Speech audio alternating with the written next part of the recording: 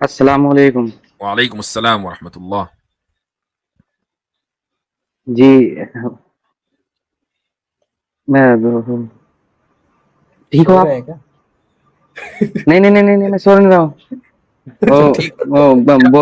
بہت دنوں سے نا میں بہت دنوں سے ٹرائی کر رہا تھا سر جی بات کرنے کے لیے. لگ بھگ جی مجھ کو ہو گیا لگ بھگ 2 سال کے اوپر ہو گیا لیکن ہو ہی 2 نہیں سال پا سے رہی تھی. اچھا چلے ماشاء اللہ جی جی فائنلی یہاں پہنچے.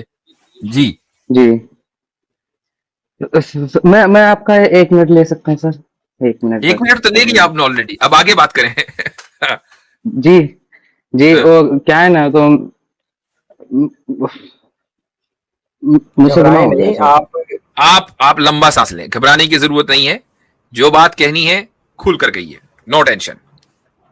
حضرت یہ کسی گناہ کا ہاں اعتراف کر رہے ہیں میرے خیال سے, لیں گے بات یہاں پہ. جی جی نہیں گناہ کا ایک اعتراف میرے سامنے کیوں کر رہے ہیں؟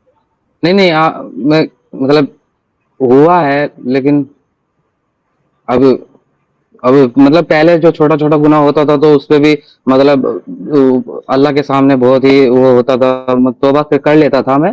اور یہ گناہ بڑا گناہ ہوا ہے اور ہونے کے بعد اب مجھ کو لگ رہا ہے توبہ کی توفیق نہیں مل رہی مجھے شاید. کس نے کہہ دیا؟ توبہ کا دروازہ بھی بند نہیں ہوا بھائی, دجال بھی نہیں آیا. آپ نے کتنا ہی بڑا ہاں گناہ کیوں لیکن نہ کر لیا ہو, اللہ تعالیٰ کے یہاں توبہ کا دروازہ بند نہیں ہوا ہے. ہاں ٹھیک ہے, لیکن پہلے جو میں توبہ کرتا تھا نا اسی کیفیت کچھ اور ہوتی تھی. ابھی جو توبہ کر رہا ہوں تو ایسا لگ رہا ہے جیسے وہ میری توبہ قبول ہی نہیں ہو رہی. وہ آپ کے لگنے سے کوئی فرق نہیں پڑتا. ٹھیک ہے, ہاں آپ کو ایک چیز کا خیال رکھنا ہے کہ جب جی آپ توبہ کر رہے ہیں نا تو ساتھ میں شرط یہ ہے کہ توبہ کرتے وقت یہ نیت ہونی چاہیے, عزم مصمم, کہ آپ وہ گناہ دوبارہ نہیں کریں گے.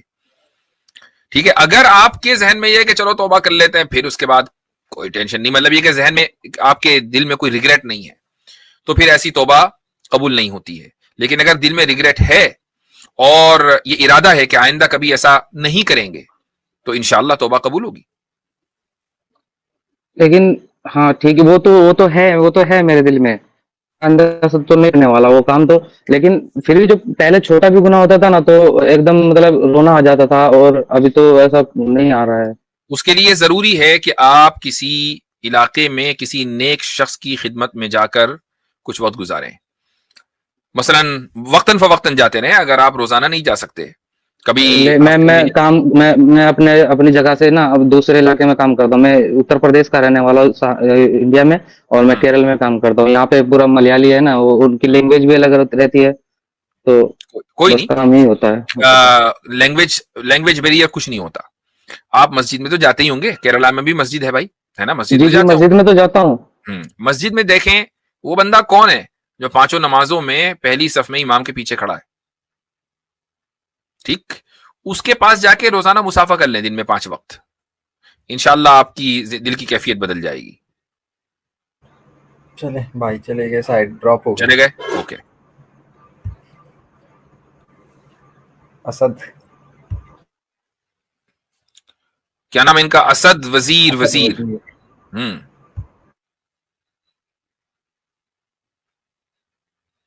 چلیں اسد بھائی, ابھی مائک انمیوٹ نہیں کر رہے ہیں. اسد کے بعد بصر. السلام بسر, علیکم. وعلیکم السلام. آواز کلیئر آ رہی ہے؟ جی جی میرا سوال ہے کہ اگر اللہ آل پاورفل ہے تو ٹیسٹ لینے کا کیا ضرورت ہے؟ سوری اگر اللہ آل نوئنگ ہے تو ٹیسٹ کیوں لے رہے ہیں ہم لوگ کا؟ تاکہ آپ کو پتا چل جائے کہ آپ خود کتنے پانی میں ہیں. آپ کو تو پتا نہیں نا, نہیں وہ ٹیسٹ اپنے لیے نہیں لے رہا, وہ آپ کے لیے لے رہا ہے. جی بہت شکریہ. چلیں. السلام علیکم مفتی صاحب. وعلیکم السلام ورحمۃ اللہ. مفتی صاحب ایک چھوٹا ہی سے کوشچن ہے. ہمارے یہاں جمعہ میں جمعیت کے ایک عالم صاحب آئے تھے اور شکیل بن حنیف کے فتنے کے بارے میں لوگوں کے اندر تھوڑا جاگرکتا پیدا کر رہے تھے. تو انہوں نے بیان میں ایک بات کہی کہ کہیں کہیں لوگوں کے اوپر ہپنوٹزم کا بھی اثر ہے, مطلب وہ لوگوں کو ہپنوٹائز کے ذریعے بھی اپنے اوپر مائل کرتا ہے. تو میرا کوشچن یہ ہے کہ اس سے اگر یہ سچ ہے کہ لوگوں کے اوپر ہپنوٹزم کی وجہ سے وہ اسلام سے دور ہوتے ہیں, تو اس سے اپنے آپ کو حفاظت کیسے کی جائے, اور مطلب اس تعلق سے کہ وہ فری ول میں اور اسلام دیکھیں میں اور ان کی چیزوں طرف کی تصدیق نہیں کر سکتا ہوں کہ کیونکہ ہپنوٹائز کا عمل ایسے نہیں ہوتا کہ آپ سڑک پہ چلے جا رہے ہیں, میں نے جیسے پھونک ماری وہ بندہ ہپنوٹائز ہو گیا, ایسے نہیں ہوتا. مطلب وہ ایک پورا اس کا ایک پروسیجر ہے ایک, اور یہ ہر ایک آدمی کر بھی نہیں سکتا. ہاں جادو ٹونے وہ ایک الگ بات ہے, لیکن کسی جیسے بھی لفظ کو میں مفتی شفیع صاحب کی تفسیر پڑھ رہا تھا, تو وہ ہاروت اور ماروت مطلب وہ دو فرشتوں کا بھی ذکر ہے سورہ بقرہ میں. تو وہاں مطلب یہ تھا کہ لوگوں کے اندر وہ اختلاف پیدا کر دیتے. تو اس سے حفاظت کے لیے مطلب کس طرح ہم حفاظت کریں, اور اگر شیاطین کے حملوں سے حفاظت کا طریقہ سورہ بقرہ ہے, اسی طریقے سے خصوصاً آخر کی آیتیں اور آخر کی 2 صورتیں قل اعوذ برب الفلق قل اعوذ برب الناس, یہ شیلڈ ہے. اور روزانہ آپ معوذتین پڑھیں اور یعنی سورہ بقرہ کی آخر کی آیتیں پڑھیں, اور ہر جمعہ کو سورہ کہف کی ابتدائی آیتیں آخر کی چند آیتیں پڑھیں. تو ان اذکار کو اگر زندگی میں رکھیں گے تو انشاءاللہ محفوظ رہیں گے. تو یہ ہے. اور یہ جو ہپنوٹائز ہے اس طرح نہیں ہوتا کہ ادھر سے شف سرکار کی طرح پھونک ماری چل بھائی ادھر وہ بندہ نکل گیا, ٹھیک ہے, ایسا نہیں ہوتا. اللہ آپ لوگوں کی عمر میں برکت دے, آپ لوگوں کو خوب جزائے کر دے. میں نے ایک ای میل کر کے رکھا ہے مفتی صاحب, آپ کو جب موقع ملے آپ اس کو ایک بار دیکھ لینا. یہ اسی نام سے کتابوں کے میرے ابن نظام الدین کر کے. اوکے انشاءاللہ. جزاک اللہ, اللہ آپ لوگوں کو چلیں جزائے. ٹھیک. السلام علیکم. السلام. ہمارے ساتھ ہیں قاضی صاحب. جی السلام علیکم مفتی صاحب. وعلیکم السلام ورحمۃ اللہ. جی بڑی مدت سے کوشش کر رہا تھا کہ آپ سے بات ہو, آج اللہ نے موقع دیا ہے. جی سب سے پہلے تو میں آپ لوگوں کو مطلب خراج عقیدت پیش کرتا ہوں کہ آپ لوگ جو ہے بہت بڑھیا ماشاءاللہ کام کر رہے. اللہ آپ کی حفاظت کرے, اللہ آپ لوگوں کی تمام فتنوں سے حفاظت کرے, اور آپ کی اور تمام ایمان یونین والوں کی بھی. آمین. جی مفتی صاحب مجھے بس 2 سوال پوچھنے تھے, میں آپ کے سامنے رکھ دیتا ہوں, اگر آپ مناسب سمجھے تو آپ ان کا جواب دیجئے. فقہ کے بارے میں, فقہی سوال نہیں ہے, ایک ہی سوال رکھیے گا بھائی. ہاں ٹھیک ہے, ایک رکھتا ہوں. تو عقیدے کے بارے میں پوچھ سکتا ہوں کیا مفتی صاحب؟ ہاں پوچھے. ہاں دیکھیے, مجھے مفتی صاحب اصل میں یہ پوچھنا تھا کہ میرے خیال سے آپ نے آپ کی کسی ایک اسٹریم میں ایسا کہا ہے کہ آپ ہے نا عقیدے کے اعتبار سے اثر ہی ہے. نہیں, تو میں نے یہ نہیں کہا. میں نے یہ کہا کہ کچھ اگر مجھے ایسا لگا تو میری غلطی, لیکن میرا بس اتنا پوچھنا تھا کہ میں نے مفتی جو پالن پوری صاحب ہے نا رحمۃ اللہ علیہ, ان کے ایک بیان میں سنا تھا کہ جب یہ بندہ کوئی ڈیبیٹ کرتا ہے نا, جیسے خاص طور سے یہ ان لوگوں سے جو ایتھیسٹ ہوتے ہیں ان سے ڈیبیٹ کرنے کے لیے جو اشعری اور ماتوریدی ہے نا, وہ الحمدللہ وہ ایک بیسٹ ہے طریقہ, کیونکہ وہ ڈیولپ ہی اسی لیے ہوئے تاکہ ان کے سوالوں کے جواب الحمدللہ مطلب قرآن و سنت کے حساب سے دیے جا سکے, بنا فلسفے میں زیادہ لین ہوئے. تو آپ کی اس بارے میں کیا رائے ہے؟ بس یہ ایک سوال اور بس.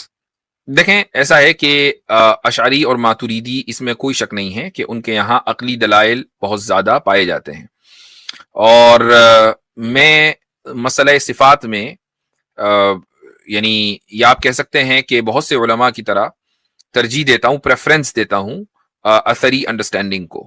تو اس کا مطلب یہ نہیں ہو گیا کہ میں اب ہر مسئلے میں پھر اثری ہو گیا.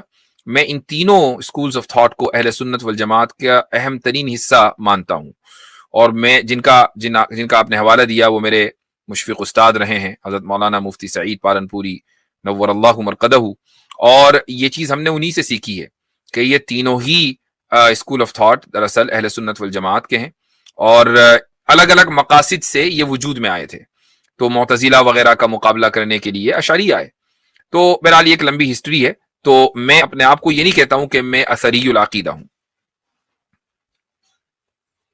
جی بس مفتی صاحب شکریہ, الحمدللہ آپ نے وقت دیا اس کے لیے. مجتبیٰ سبق پھر پڑھ صداقت کا, عدالت کا, شجاعت کا, لیا جائے گا تجھ سے کام دنیا کی امامت کا. سبق پھر پڑھ صداقت